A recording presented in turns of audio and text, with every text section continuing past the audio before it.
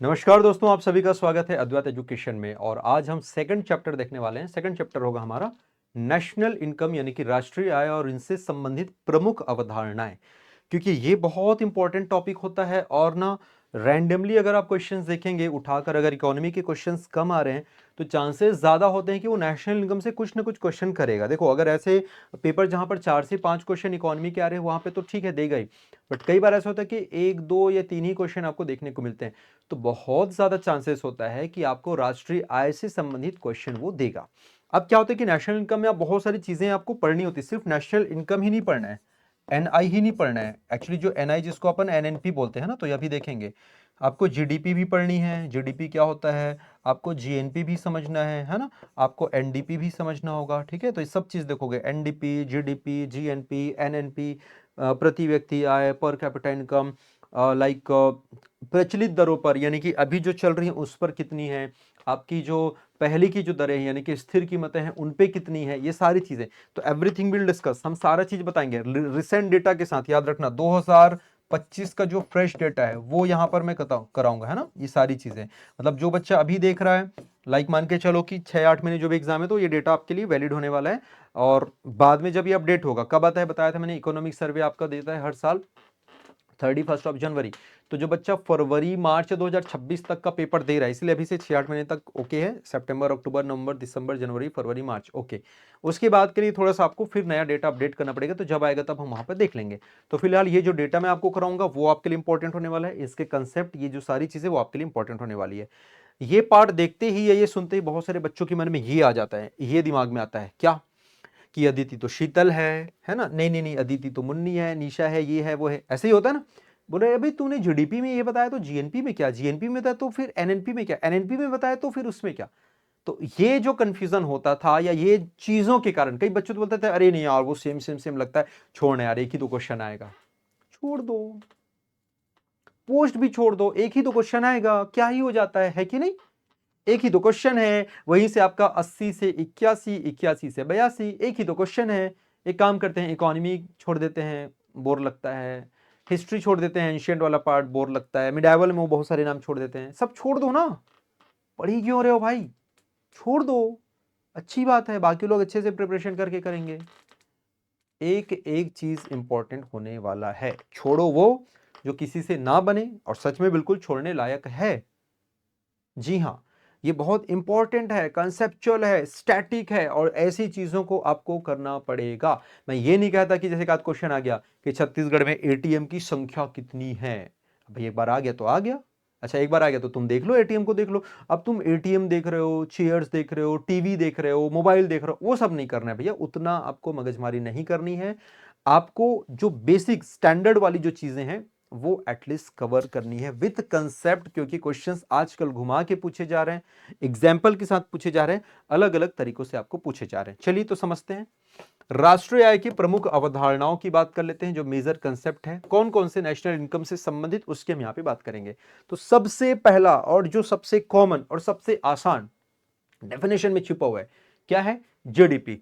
क्या लिखा है, केवल लाइन पढ़ लो और वहीं से समझ आए। अच्छा, ये लाइन लिखा रहता है तो थोड़ा हमको भारी भरकम लगता है, भौगोलिक सीमा के भीतर एक वर्ष में उत्पादित सभी वस्तुओं और सेवाओं का अंतिम या मौद्रिक मूल्य। अरे भाई ऐसा नहीं है, ध्यान से समझना।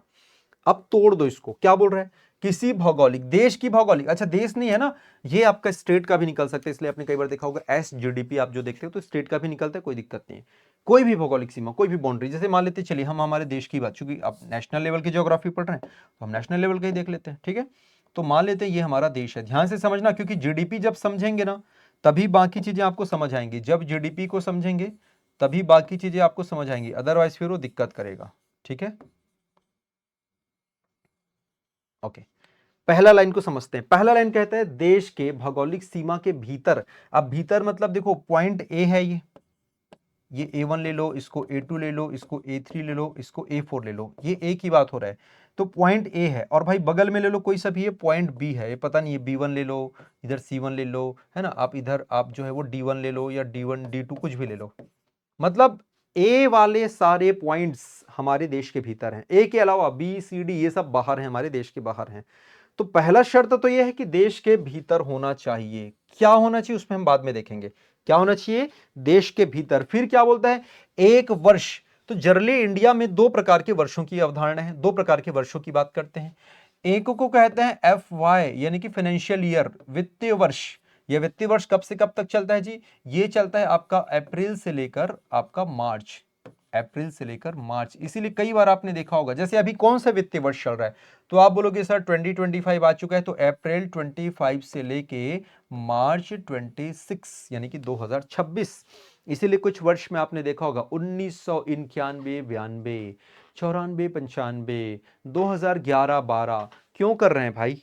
सर एक ही वर्ष लिखो ना यार, या तो 11 लिखो या 12। जैसे आप बोलोगे तुम्हारा बर्थडे कब है, तो तुम क्या बोलते हो भाई? मेरा बर्थडे फलाना महीना, फलाना दिन और फलाना ईयर। जैसे आपने बता दिया सर मेरा बर्थडे 1 जनवरी 1998, आपने बोला सर मेरा बर्थडे 9 फरवरी 1983, ये आपने रैंडम दिया।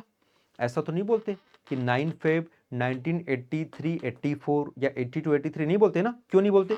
क्योंकि वो होता है कैलेंडर ईयर। उसको क्या बोलते हैं हम लोग? कैलेंडर। सिंपल, जो कैलेंडर के आधार पे चलता है। CY, करंट नहीं समझना ना, CY पूरा लिखते चलो, मैं बार बार बोल रहा हूं, पूरा लिखते चलना है। ऐसी चीजें ध्यान से समझना है, ऐसी चीजें जो आपके लिए आवश्यक हैं। इसका मतलब मैं कह रहा हूं कि सिर्फ इस पर बेस्ड रहोगे, इसको देख लिया सर इतना नहीं, जो मैं बोर्ड में लिख रहा हूं उसको लिखो, एक ही बार तो लिखना है भाई। समझ आ रही बात? एक ही बार लिखना है और कुछ नहीं करना है। तो कैलेंडर ईयर जो होता है, कैलेंडर ईयर का मतलब होता है आपका, है ना, जो कैलेंडर के अकॉर्डिंग चल रहा है, यानी कि कहां से कहां शुरू होता है? जनवरी से, 1 जनवरी से शुरू होगा और दिसंबर में जाके खत्म होता है। तो दो प्रकार के ईयर की अवधारणा है, तो कैलेंडर ईयर होता है और ये फाइनेंशियल ईयर होता है। जनरली GDP में जो है हम फाइनेंशियल ईयर की यहां पर बात करते हैं, जिसको अलग अलग क्वार्टर्स में तोड़ा जाता है। क्वार्टर का मतलब वो वाला क्वार्टर नहीं जिसको तुम समझ रहे हो, मैं रहने वाला क्वार्टर बोलो भाई, अब तुम लोग कुछ और समझोगे तो क्या ही बोल सकते हैं, है कि नहीं? खैर कोई दिक्कत नहीं है, सरकार की ही गलती है, फ्री कर रहा है इसको। अब ये समझ गए ना, इसको फ्री कर रहा है। फ्री मतलब ला रहा है, ला रहा है, ला रहा है, और एजुकेशन जिस पे करना चाहिए उस पे नहीं कर रहा है। क्या करें? मार काट की घटनाएं बढ़ रही है, रोड एक्सीडेंट बढ़ रहे हैं। समझना चाहिए भैया, DPSP को कुछ देखो, थोड़ा सा समझाओ यार। तुम ही लोग पढ़ोगे लिखोगे तो कुछ होगा।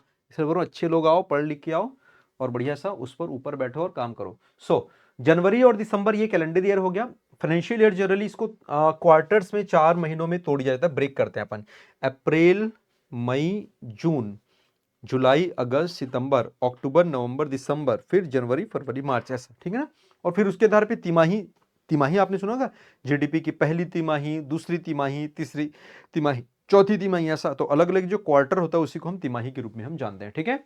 चलिए, जैसे क्वार्टरली एग्जाम देते हैं ना तुम लोग, तिमाही परीक्षा, फिर अर्धवार्षिक, तो वैसा उस टाइप का। क्लियर? इसको दोनों में हम ले सकते हैं, एक फाइनेंशियल ईयर में भी ले सकते हैं और करंट सॉरी कैलेंडर ईयर में भी ले सकते हैं, बट जनरली किस में लिया जाता है? फाइनेंशियल में।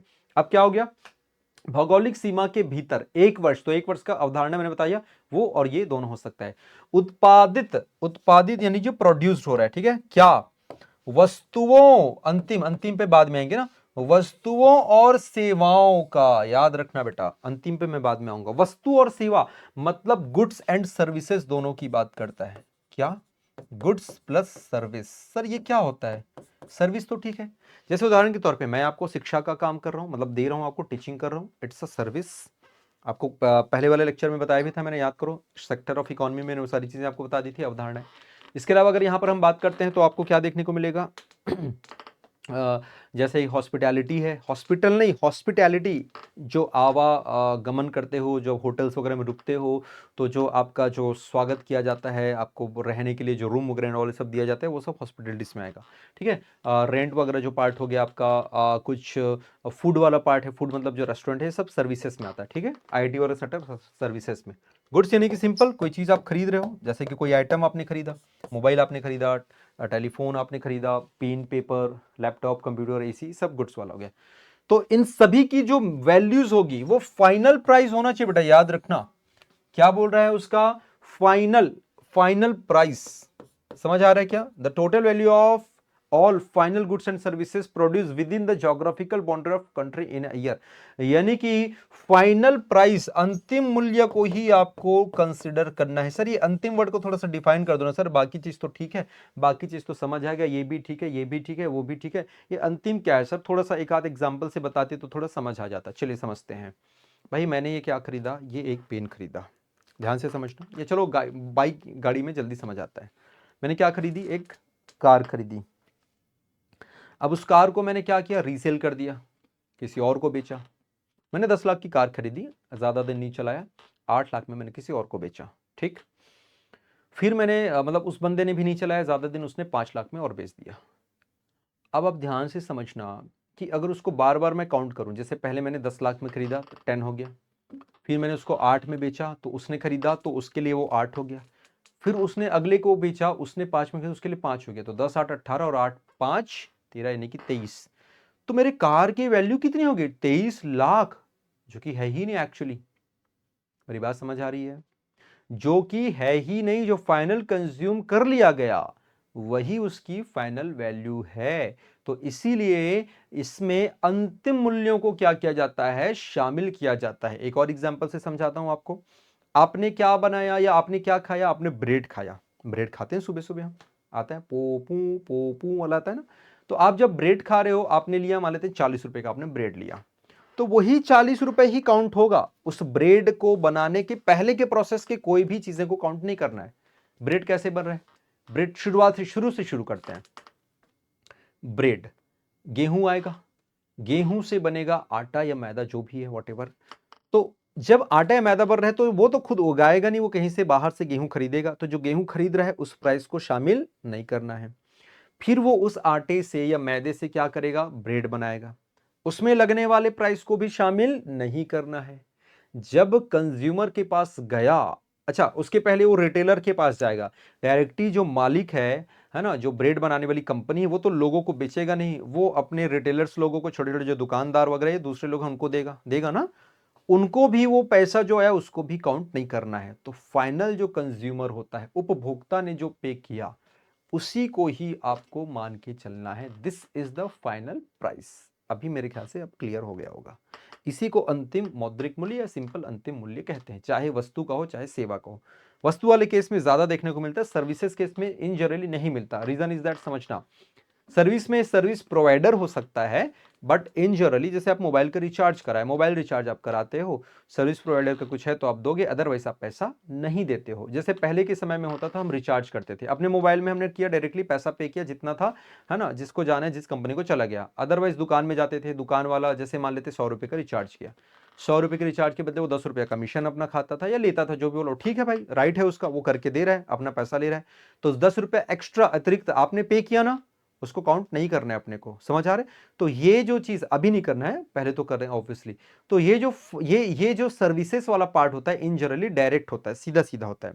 इनडायरेक्ट भी होगा तो बीच की चीजों को अपन, बीच सॉरी फाइनल वाली चीजों को, जो आपने सबसे लास्ट में जो पे किया 110, उसको आपको काउंट करना है। तो मेरे ख्याल से गुड्स एंड सर्विसेज वाला पार्ट आपको यहाँ पे समझ आ गया होगा। तो डेफिनेशन यही कहता है, किसी क्षेत्र या किसी भौगोलिक सीमा के भीतर एक वर्ष में उत्पादित सभी वस्तुओं का या सभी वस्तुओं और सेवाओं का अंतिम मूल्य ही क्या कहलाता है, जीडीपी कहलाता है। ये A1 A2 की कहानी यहां तक क्लियर है। ये अपन A1 A2 के अंदर है, अभी B1 C2 D2 नहीं गए हैं। बोले सर इसको लिखे क्यों हो, अब समझ आ गया इसको लिखा क्यों हूं। अब हम देखते हैं, अभी भी नहीं है ना, अभी आगे आएगा। शुद्ध घरेलू उत्पाद को देख लेते हैं, जीडीपी के बाद एनडीपी कर लेते हैं, नेट।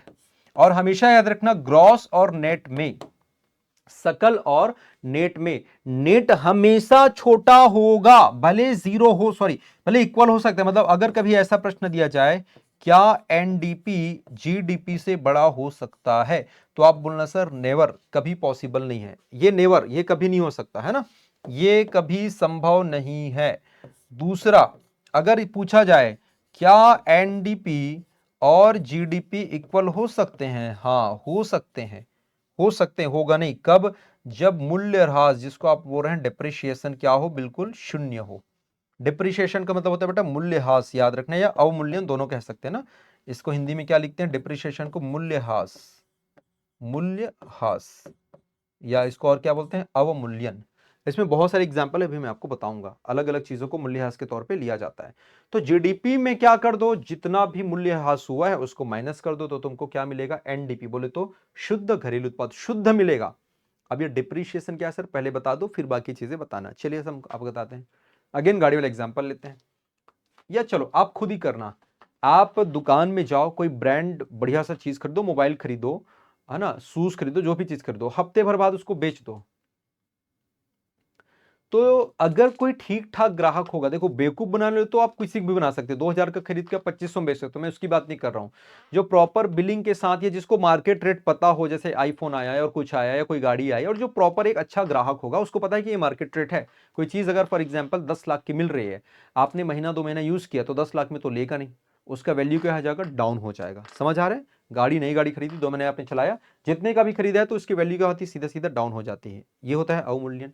दूसरा, मान लेते हैं आपने अंडे खरीदे, यार आपने पता नहीं कितने कैरेट अंडे खरीदे, आई डोंट नो, उसमें से मान लेते हैं जैसे 100 अंडे आपके पास, 100 अंडे में से अगर 5 अंडे खराब हो गए, टूट फूट गए, वो हो गया मूल्य, मतलब इसके डिप्रिशिएशन में काउंट करते हैं उसको। इसके अलावा जैसे कि कुछ दवाइयां हैं, एक्सपायरी हो जाती हैं, वो एक्सपायर्ड हो गई, आपने जब खरीदा था तब तो ठीक था, आपने पूरी वैल्यू दी थी, पूरा पैसा दिया था, पूरा पैसा दिया था, बट चूंकि अब उसका कोई वैल्यू नहीं है, क्यों, क्योंकि वो एक्सपायर हो गया। इसके अंतर्गत मतलब ये सब इसी में आएगा ना, डिप्रिशिएशन, अवमूल्यन, ये सब, इन सब चीजों को माइनस करना है आपको। तो इस तरह की वो तमाम चीजें जिसके लिए पे तो हम कर देते हैं, किंतु एक समय के बाद, एक लिमिट के बाद, एक टाइम के बाद उनकी वैल्यू जीरो हो जाती है या कम हो जाती है पहले से।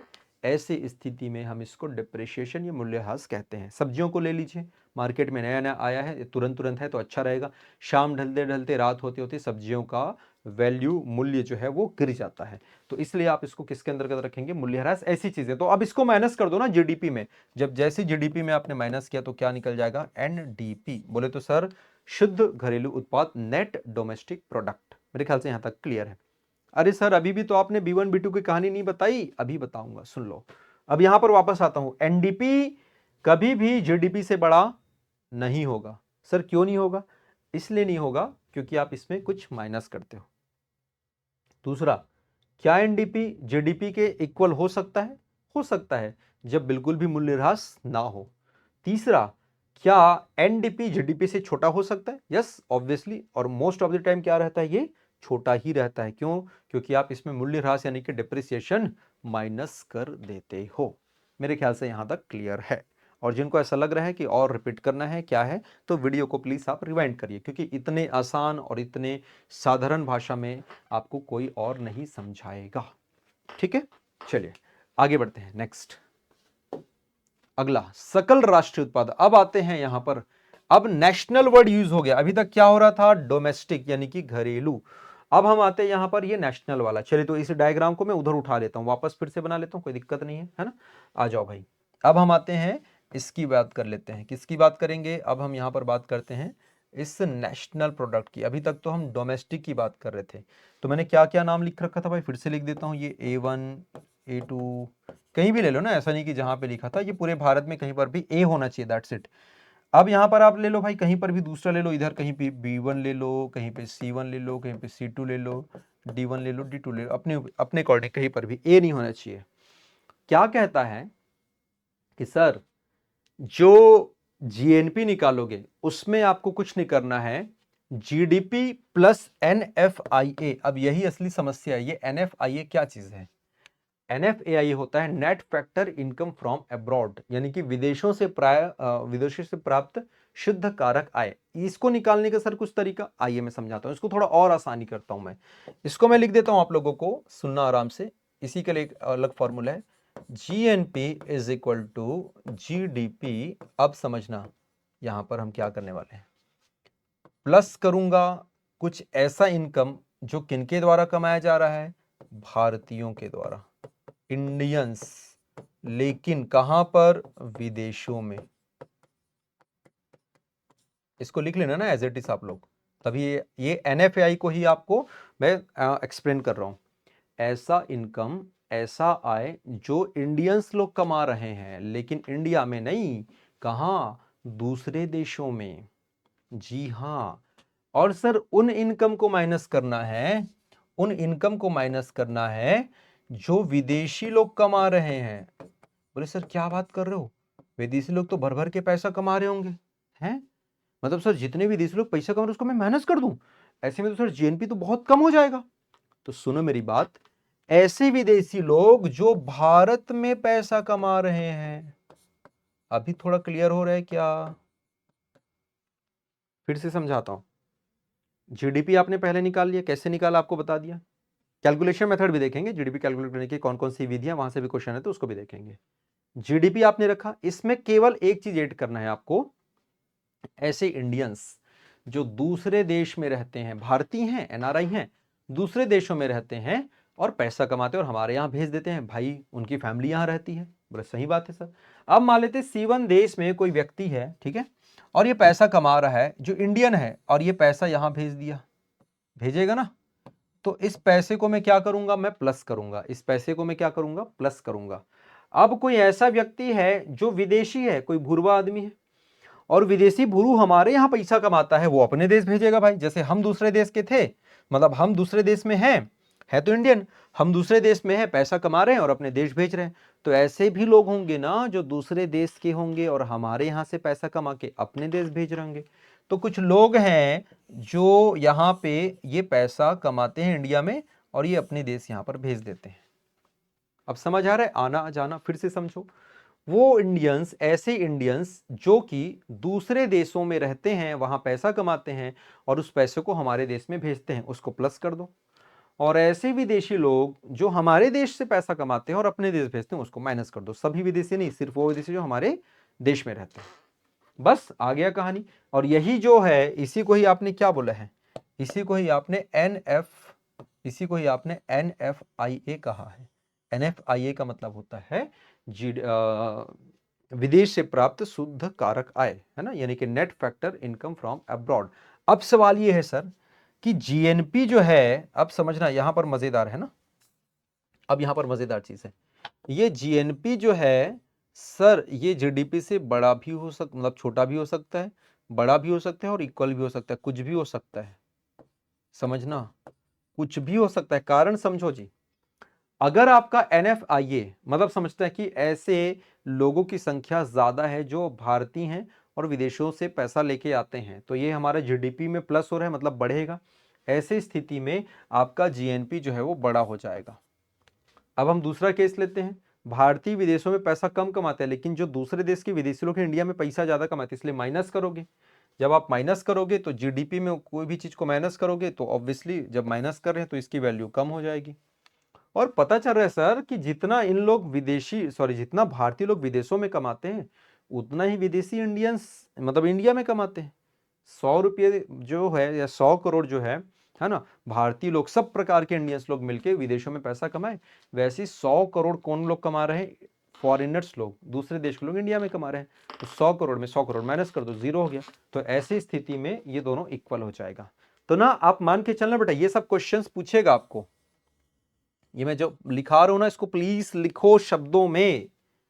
जिनको ये फॉर्मूला समझ नहीं आता ना, बड़ा है, छोटा है, इक्वल है, नहीं आता, तो लिख लो भाई, लिख लो, रट लो, जैसा करना है वैसा करो, क्योंकि ये क्वेश्चन आएगा, ऐसे क्वेश्चंस आपको दिए जाएंगे। आप इस चीज के लिए तैयार रहें, मेंटली प्रिपेयर रहें।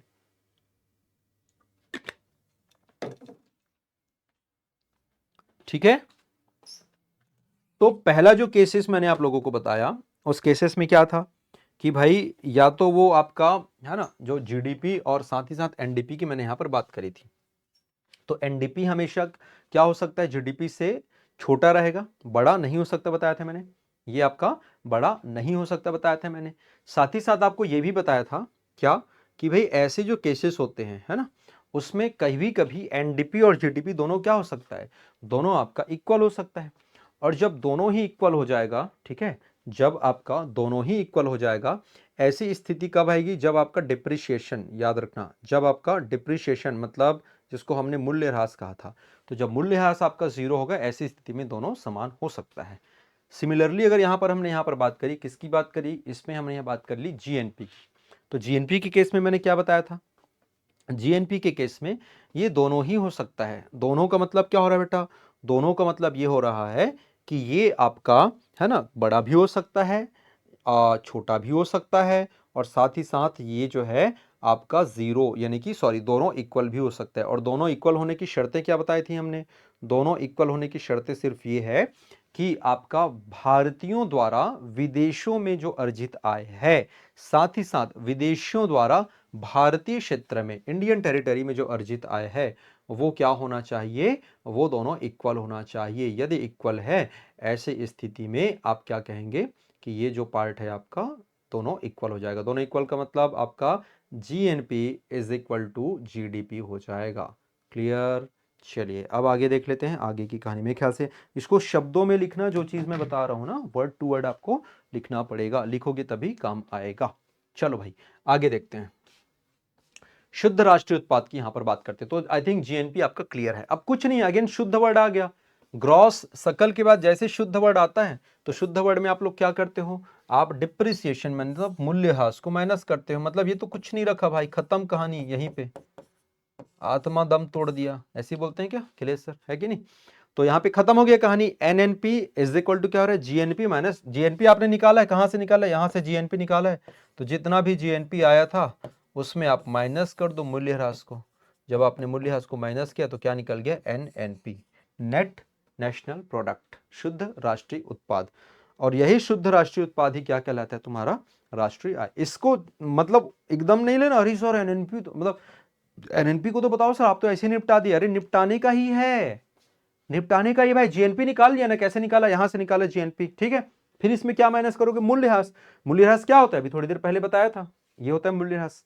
इतना सा एग्जांपल दिया था, वीडियो को रिवाइंड कर लो और उसमें माइनस कर दो। मूल्यह्रास को माइनस किया किसमें, आपने जीएनपी में, निकल गया तुम्हारा एनएनपी, खत्म कहानी। एनएनपी को ही एनएनआई भी कहते हैं, नेट नेशनल इनकम कहते हैं, ठीक है ना। चलिए अब जो असली चीज है वो यहां से समझना, क्योंकि ये तो पूरी बेसिक चीजें थी। क्वेश्चन कई बार यहां से भी डायरेक्टली पूछता है और बहुत सारा बच्चों को कंफ्यूजन क्रिएट करता है। तो यहां पर आप ध्यान से समझिएगा, है ना, कि एनएनपी की जब ये बात करता है यानी कि नेट नेशनल इनकम या नेट नेशनल प्रोडक्ट की बात करते हैं, मैंने बताया ना एनएनपी को आप एनएनआई भी समझिए, मतलब वही है। यहाँ पे दो चीजें आ रहे हैं भाई, एक तो एफसी आ रहा है और एक एमपी आ रहा है। तो सर ये एफसी और एमपी क्या है, इसको बहुत आसानी से मैं आपको समझाता हूं, ध्यान से समझना, ठीक है। एनएनपी आपने निकाल लिया, आपने केवल इसमें एफसी कर दिया add, is equal to NNP, ये है एमपी। बोले सर ये एफसी और एमपी तो था नहीं पहले, अब कहां से आ गया? तो जहां पर भी एफसी और एमपी आएगा उसका सिंपल फॉर्मूला है, सिंपल फॉर्मूला है ना, माइनस इनडायरेक्ट टैक्स यानी कि अप्रत्यक्ष कर, अप्रत्यक्ष कर, और प्लस हो जाएगा सब्सिडी, सब्सिडी, सब्सिडी। अब ये दोनों क्या चीज होता है मैं आपको समझा देता हूं इन शॉर्ट में। भाई जैसे जब मैं पेन खरीदता हूं तो वहां पे लिखा रहता है 10 rupees inclusive of all taxes, सभी करों सहित, या एमआरपी जो लिखा रहता है उसमें सारे टाइप के टैक्सेस ऑलरेडी इंक्लूड है। अब एक चीज बताओ, अगर मैंने कोई चीज बनाया, जैसे मैंने 10 रुपए में पेन बेचा, मैंने 10 रुपए में पेन बेचा, तो बेटा एक चीज बताओ, इसको बनने में 10 रुपए से ज्यादा आया है खर्चा या 10 रुपए से कम आया है? कमेंट करो या सोचो क्या हो सकता है। इस पेन को मैंने 10 रुपए में आपको बेचा, मैं प्रोड्यूसर हूं, मैं बनाने वाला हूं, तो भाई साहब इसको 10 रुपए से ज्यादा आएगा बनाने में या 10 रुपए से कम आएगा, सोचो। तो ऑब्वियस ही बात है, इसको बनाने का जो खर्चा है वो 10 रुपए से कम आएगा, तभी तो आप कितने में बेच रहे हो, तभी आप इसको 10 रुपए में बेच रहे हो। समझ आ रहा है, कितने में बेच रहे हो आप इसको, 10 रुपए में आप इसको बेच रहे हो। बहुत बेसिक और बहुत आसान सी चीज है। अब आगे देख लेते हैं। आपने 10 रुपए में बेचा, इसका मतलब फैक्टर कॉस्ट, कारक लागत। अच्छा इसका क्या क्या होता है नाम, ये आप समझ लीजिए, है ना। एफसी को हम कहते हैं कारक या साधन लागत, इसका मतलब क्या होता है, कारक या साधन लागत, फैक्टर कॉस्ट। उसको बनाने में कितना कुल खर्चा आया, टोटल कॉस्ट प्रोड्यूस करने में, ये कारक लागत। एमपी का मतलब होता है मार्केट प्राइस, बाजार कीमत। क्या होता है, बाजार कीमत, मार्केट प्राइस। तो भाई साहब कुछ नहीं है, जो एनएनपी आपने देखा है ना, ये एनएनपी को दो पार्ट में तोड़ दिया, यानी कि दो अलग अलग अवधारणा बता दिया। एक है साधन लागत, बनाने में कारक लागत कितना पैसा लगा, और आपने बाजार में बेचा तो कितना पैसा लगा। जब आप बाजार में बेचते हो तो ऑब्वियसली आप घाटा नुकसान सारा चीज देखते हो। जब आपने देखा तो आपने देखा कि सर इसमें तो कुछ टैक्स देना पड़ेगा, ऑब्वियसली आपने बनाया तो वो सेल्स टैक्स लेगा, है ना, उत्पाद टैक्स, बहुत सारे टैक्सेस लेगा, तो आपने उन टैक्सेस को इंक्लूड करा, अपने फायदे को भी इंक्लूड करा। सब्सिडी को प्लस करना है, सर सब्सिडी को क्यों प्लस करेंगे, क्योंकि सब्सिडी जो होता है वो ग्राहकों के लिए होता है। इसको दिमाग में उठा लो। अरे भाई आप में से बहुत सारे किसान परिवार के होंगे, घर में जाके पूछना, बाबू दादा दाई मामा मामा मामा मामी, मामा ससुर, काका ससुर, फूफा ससुर, जो भी है सबको पूछना जाके, सबको मतलब जिनके होंगे उनको, दूसरे के जाके नहीं पूछना, ठीक है ना।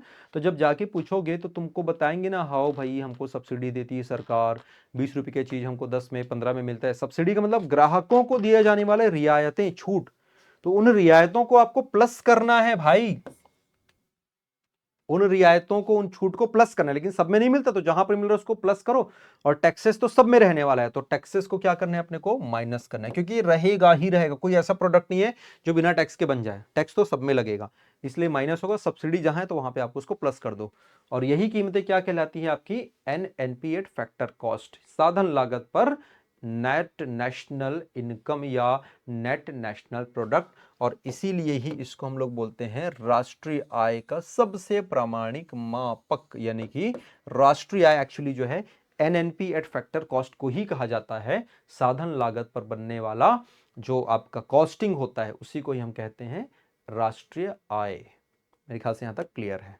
अब ये जो पार्ट है जिसका इंतजार था आपको, है ना, ये आपका रिसेंट डेटा है, बिल्कुल आप देख सकते हैं, बिल्कुल फ्रेश डायरेक्टली आर्थिक सर्वेक्षण 2024-25 सांख्यिकी परिशिष्ट से लिया गया, पेज नंबर 3 से है, ठीक है। इसमें आपको क्या याद रखना है, केवल 2024-25 का प्राथमिक अनुमान या अग्रिम अनुमान, ये अलग अलग होता है वर्ड, है ना। 23-24 में जो है अंतरिम अनुमान है, अग्रिम अनुमान, ठीक है, संशोधित अनुमान एंड ऑल, ऐसा, तो ये अनुमानित है। अब यहाँ पर क्या क्या याद रखना है सर, कितने डेटा है हमारे पास, 1 2, है ना, आपका सकल राष्ट्रीय है, निवल राष्ट्रीय है, ठीक है, 3 4 5 और 6। सर तीनों क्या क्या चीजें समझते हैं। एक है सकल राष्ट्रीय आय, सकल यानी कि GNP, ग्रॉस नेशनल प्रोडक्ट, तो इसको मत करना भाई, ये बहुत कम पूछेगा। फिर है निवल राष्ट्रीय आय यानी कि नेट नेशनल प्रोडक्ट, हाँ ये आपको पूछा जाता है राष्ट्रीय आय। तो सर कौन कौन सी कीमतों पे, दोनों ही कीमतों पे, बोला हाँ बेटा, ये 11-12 श्रृंखला के लिए है, दोनों ही कीमतों का मतलब आपको याद रखना होगा, है ना। कितने बार, 1 2 3 4 5 6, इसका ये मतलब है सर कि आपको ये वाला डेटा याद रखना है। चलो मैं राइट कर देता हूं ताकि आपके लिए कोई दिक्कत ना हो। ये तो बोलो कि सर गोला तो सब में मारे हो, सबको कर ले क्या, बोला नहीं, जिसको मैंने राइट किया केवल आप उसी को करिएगा। आप इसको करना है, आपको ये डेटा याद रखना है, आपको ये डेटा याद रखना है, आपको ये डेटा याद। अब देखो डेटा भी बड़ा प्यारा डेटा है भाई, कैसे सुन लो। अच्छा ये कौन सी कीमतें हैं, वर्तमान कीमत है, यानी कि इसको बोलते हैं करंट प्राइस, ठीक है। ये स्थिर कीमतें हैं, स्थिर यानी कि आपका बेस प्राइस, समझ आ रहा है, वर्तमान कीमत यानी कि करंट प्राइस, और ये स्थिर कीमतें यानी कि आपके बेस प्राइस, क्लियर। इसके अलावा यहां पर जब हम लोग देखते हैं तो अगेन ये वर्तमान कीमतें हैं, यानी कि आपका हो जाएगा आपका करंट प्राइस है, चालू जिसको हम बोलते हैं समटाइम्स, चालू करंट, और फिर ये हो जाएगा आपका स्थिर यानी कि आपका बेस या आधार भी बोला जाता है, इसको याद रखना। और आधार वर्ष क्या है इसके लिए बता दिया था तुमको, 2011-12, ठीक है। डेटा कैसे देखो कितना प्यारा डेटा है, 28 3 बार आया है, तो दिमाग में इतना बिठाना, इतना तो हगेगा, इतना तो देगा नहीं वो, है ना। क्या क्या दे देगा सुन लो ध्यान से, ठीक है, क्या क्या देगा, एकदम किस्मत खराब होगी तो गलत होगा आपका। इधर 28 है, 28, फिर 18, फिर 28, फिर 28, भाई मतलब इससे इजी डेटा सोचो, आप ही लोग के लिए बनाया लग रहा है इसको। 28 18 28 28 से तो ऐसे ही याद हो गया ना, 28 18 28 28 से ऐसे याद हो गया, ठीक है। और ये रुपीस करोड़ में है, इसको याद रखना भाई, ये इंपॉर्टेंट है। मतलब 28 18 28 28 करोड़, ऐसा ये वर्तमान है, वर्तमान कीमतों पे, स्थिर कीमतों पे, मतलब बेस प्राइस पे है। ये भी ठीक है, यहाँ पर 28 नहीं, बट थोड़ा उल्टा कर दिया इसने, 15, उसके बाद इसने 82 कर दिया, 82 कर दिया, और 82 के बाद 0014 कर दिया, बस समझ आ रहा है। इसने क्या करा, पलटा इसको, पहले क्या किया, देखो 14 दूनी 28 होता है ना, तो 28 28 को याद रखना। अब इधर 28 ना लेकर के इसने 14 ले लिया, और इधर 15 ले लिया। बहुत आसान है भाई, अगर थोड़ा दिमाग लगा के याद किया जाए तो। इधर 14 ले लिया, इधर 15 ले लिया, 14 15 14 15, ठीक है।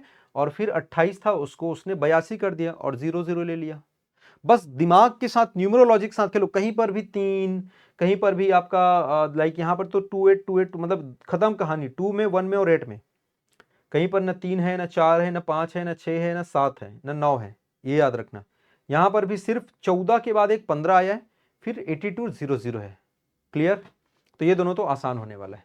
आओ इधर देखते हैं, यहां पर क्या है बेटा, अगेन वर्तमान कीमतें। अच्छा हमेशा याद रखना ना, वर्तमान हमेशा बड़ा होता है स्थिर कीमतों से, हमेशा ऑलवेज आपको बड़ा देखने को मिलेगा। यहां पर क्या दिख रहा है, अलग अलग पार्ट में तोड़ सकते हो चाहो तो, कोई दिक्कत नहीं। जैसे कि सीधा 200 है और 162 है, 200 और 162, एक आध आर्टिकल वगैरह उठा के याद कर लो अगर ज्यादा है तो, ठीक है। और यहां पर है तुम्हारा 112 और 358, ये देखो ये तो एकदम आर्टिकल है भाई, संविधान के आर्टिकल से याद रखो, सिंपल याद हो जाएगा। ये तो बहुत फेमस आर्टिकल है दोनों, 112 और 358। ओ माय गॉड भाई, कितना फेमस आर्टिकल है, 112 और 358, ठीक है। तो इससे आसान तो कुछ हो नहीं सकता, तो इसको याद रख लो, 112 358, इधर 200 और आपका 162, कहानी खत्म। बस इतने डेटा को आपको याद रखना है, ठीक है। चलिए, तो मेरे साइड से केवल इतना ही। नेशनल इनकम में इससे आगे कुछ नहीं करना है, इससे ज्यादा कुछ नहीं करना है, इतना ही करना है, इतना ही आपको पूछा जाएगा, ठीक। Thank you so much. अच्छा हाँ, एक और चीज आपको बता दूं मैं, चलिए अगली क्लास में बताएंगे, मिलते। तो यदि आगे के वीडियोस देखने हैं और इसके अलावा दूसरे और भी सब्जेक्ट अगर आपको पढ़ने हैं, तो आपको एक छोटा सा काम करना होगा। जनरली क्या होता है कि आप जैसे ये देखते हैं उसके बाद आप स्किप कर देते हैं, क्योंकि आपको लगता है कि सर तो अब एडवर्टीजमेंट करने वाले हैं। जी हाँ, लेकिन एक जो चीज है उसको आप शायद नहीं समझते, और वो है इन्वेस्टमेंट यानी कि निवेश। क्योंकि आप ये समझिए कि अगर मैं इन अमाउंट्स की अगर मैं बात करूं, चाहे आप इस 999 को लीजिए, इस 999 को लीजिए, 777 को, या 1499 या 999, क्या मिलेगा क्या नहीं है वो तो मैं बताऊंगा। लेकिन लेकिन लेकिन सिर्फ आधा सेकंड नहीं, आधा मिनट सुन लो, उसके बाद स्किप कर लेना, उसके बाद लेना मत लेना आपकी मर्जी। मेरा यह कहना है कि आप जस्ट इमेजिन करिए, आप जस्ट एक महीने का आपके खर्चे को निकाले, एक दिन भी नहीं कहूंगा, एक महीने के आप खर्च को निकाले, क्या वो प्रोडक्टिव कर रहे हैं। मान लेते हैं आपने 1000 रुपए कहीं पर खर्च किए, मुझे नहीं पता आप कहां पे कर रहे हैं, आप घूमने फिरने में कर रहे हैं, आप खाने पीने में कर रहे हैं, हो सकता है और भी बहुत सारी चीजें में कर रहे हैं, और करना चाहिए, उसमें कुछ भी बुरा नहीं है। लेकिन अगर ये सोचिए कि क्या वो खर्च अगर आप करने हैं या कर सकते हैं, अगर आप वो चीज अफोर्ड कर सकते हैं, और यदि ऐसा लगता है कि हाँ मुझे इसमें कोई संशय नहीं है, और यदि हमारे पढ़ाने में कोई संशय नहीं है, हमारे पढ़ाने में आपको कोई डाउट नहीं है, तो फिर मुझे ऐसा लगता है कि आपको ज्यादा सोच विचार नहीं करना चाहिए। हाँ, एक ही कंडीशन हो सकता है कि नहीं सर ऑलरेडी मैंने तो इतनी सारी चीजें कर रखी हैं, सर मैंने इतना सारा ऑलरेडी कोर्स ले रखा है, या सर नहीं हो पाएगा सर कि आप लोग जो पढ़ा रहे हो सर वो उतना मजा नहीं आता, कुछ खास लेवल का नहीं है। तो ठीक है बेटा, कोई दिक्कत नहीं है, नहीं लीजिए मत लीजिए। किंतु यदि ऐसा लगता है कि सर ये छोटा सा निवेश, क्या पता मेरा एक पोस्ट खाली होगा, मेरे लिए इंतजार कर रहा होगा और मुझे ऐसा मिल जाएगा, तो बिल्कुल आप इसको ज्वाइन करिए। क्योंकि इसमें क्या मिलेगा मैं फिर से बता देता हूं, कई बार होता है अरे सर इतना कम है, क्या ही दे दोगे भाई, क्या ही दे देंगे। सुनो, अब सबसे पहले तो पूरा इंडियन जीएस मिलेगा, पूरा इंडियन जीएस, पूरा सीजीजीएस मिलेगा इसमें है। इसके अलावा क्या मिलेगा आपको, कंप्यूटर मिल जाएगा यहाँ पर, ठीक है। इसके अलावा मैथ्स पूरा मिल जाएगा अपने को, रीजनिंग पूरा मिल जाएगा यहाँ पर अपने को, ठीक है।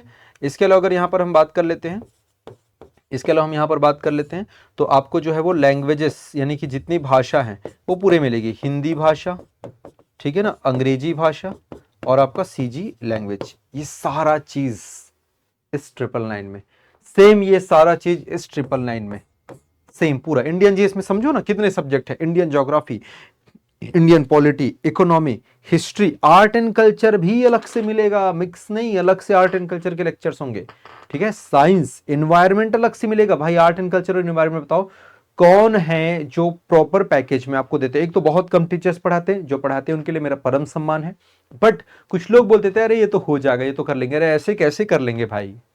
आर्ट एंड कल्चर के 3 से 4 क्वेश्चन देखने को मिल रहे हैं, एनवायरमेंट के 3 से 4 क्वेश्चन देखने में, आपको मजाक लग रहा है, आपको मजाक लग रहा है, उनको भी मजाक लग रहा है कि हो जाएगा, ऐसा नहीं होता। ये पूरा प्रॉपर आपको मिलेगा, पूरे लेक्चर्स मिलेंगे विद पीडीएफ मिलेंगे, ये भी याद रखना, लेक्चर भी और पीडीएफ भी।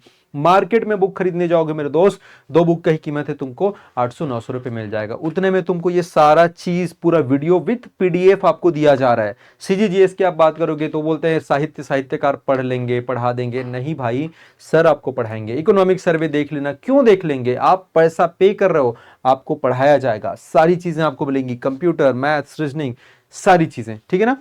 पटवारी कोर्स में भी, इस कोर्स में भी, सीजीजीएस में तो आपको पता है भाई, सीजीजीएस से संबंधित सारी चीजें आपको मिलेंगी, ठीक है। इसके अलावा ये सब चीज जो है वो रिकॉर्डेड होगा, यहां पर आएंगे तो वही सारी चीजें आपको क्या मिल जाएंगी, लाइव मिलेंगी, लेकिन इसका जो रेट है, इसकी जो प्राइसिंग है 1499 है। लेकिन 1499 अप टू नवरात्रि या Dussehra, you can say Dussehra तक, दशहरे के बाद जो है मुझे नहीं पता ये वीडियो आप कब देख रहे हैं, आई डोंट नो, हो सकता है इसका रेट मे भी इंक्रीज हो जाए। ये सारे रेट अभी वर्तमान के हैं, जब ये वीडियो डला है या शूट हुआ है, जो भी बोलिए आप, ठीक है। इसके अलावा सीजीजीएस को अगर लाइव पढ़ना है आपको तो 999 में है, ऑफलाइन भी है, जो ऑफलाइन हमारे साथ सीजीजीएस पढ़ना चाहते हैं मात्र 2499 में, केवल सीजीजीएस है ना, ऑफलाइन यदि आप पढ़ना चाहते हैं तो ये नंबरों पे आप कांटेक्ट कर सकते हैं, बिल्कुल आप मैसेज करिए, sir I just want to know about, कोई दिक्कत नहीं ना, अगर कोई भी डाउट है तो आप इन नंबरों पे जाएं, संपर्क करें, पूछें, आपको रिप्लाई करेंगे, आप सेटिस्फाई होंगे, आप संतुष्ट होंगे, उसके बाद ही यह कदम उठाइए। दूसरा, अगर आपको ऐसा लगता है कि नहीं सर हमने ऑलरेडी इतना सारा कर रखा है, मुझे ऐसी आवश्यकता नहीं, बट सर आप लोग पढ़ाते बहुत अच्छा है सर, चाहता तो हूँ, यदि ऐसा है तो आप अपने किसी यार दोस्त फ्रेंड को सजेस्ट कर लीजिए, आप उनके मोबाइल में भी देख सकते हैं, कोई दिक्कत नहीं, अनलिमिटेड एक्सेस है, पूरे 1 साल की वैलिडिटी है, 1 साल की वैधता है, ये भी कर सकते हैं। बहुत सारे बच्चे बोलते हैं सर मुझे तो इंडियन जीएस बस चाहिए, सर सीजी को क्या करूंगा, तो कोई दिक्कत नहीं बेटा, ले लो ना, मत देखना सीजी वाला। कुछ बच्चे बोलते हैं सर मुझे तो खाली सीजी चाहिए, तो देखो आपके लिए अलग से दे दिया है सीजी जीएस स्पेशल, आप ले लीजिए इसको, इंडियन जीएस स्पेशल नहीं भाई, आपको पूरा कंप्लीट पैकेज यहाँ पर लेना पड़ेगा, और कितना ही अमाउंट है यार, कुछ खास है नहीं, ठीक है। तो अब द्वैत एजुकेशन का हमारा जो एप्लीकेशन है डाउनलोड करें, ज्यादा ना सोचें, थोड़ा सा दिल से दिमाग से आप खेलें और अपने सिलेक्शन को मजबूत करें, और भविष्य में इसी साल 6 महीने 8 महीने विद इन ईयर आप एक अच्छे अधिकारी या फिर एक अच्छे प्रशासक के रूप में चयनित हो। बहुत बहुत शुभकामनाएं, धन्यवाद, जय हिंद।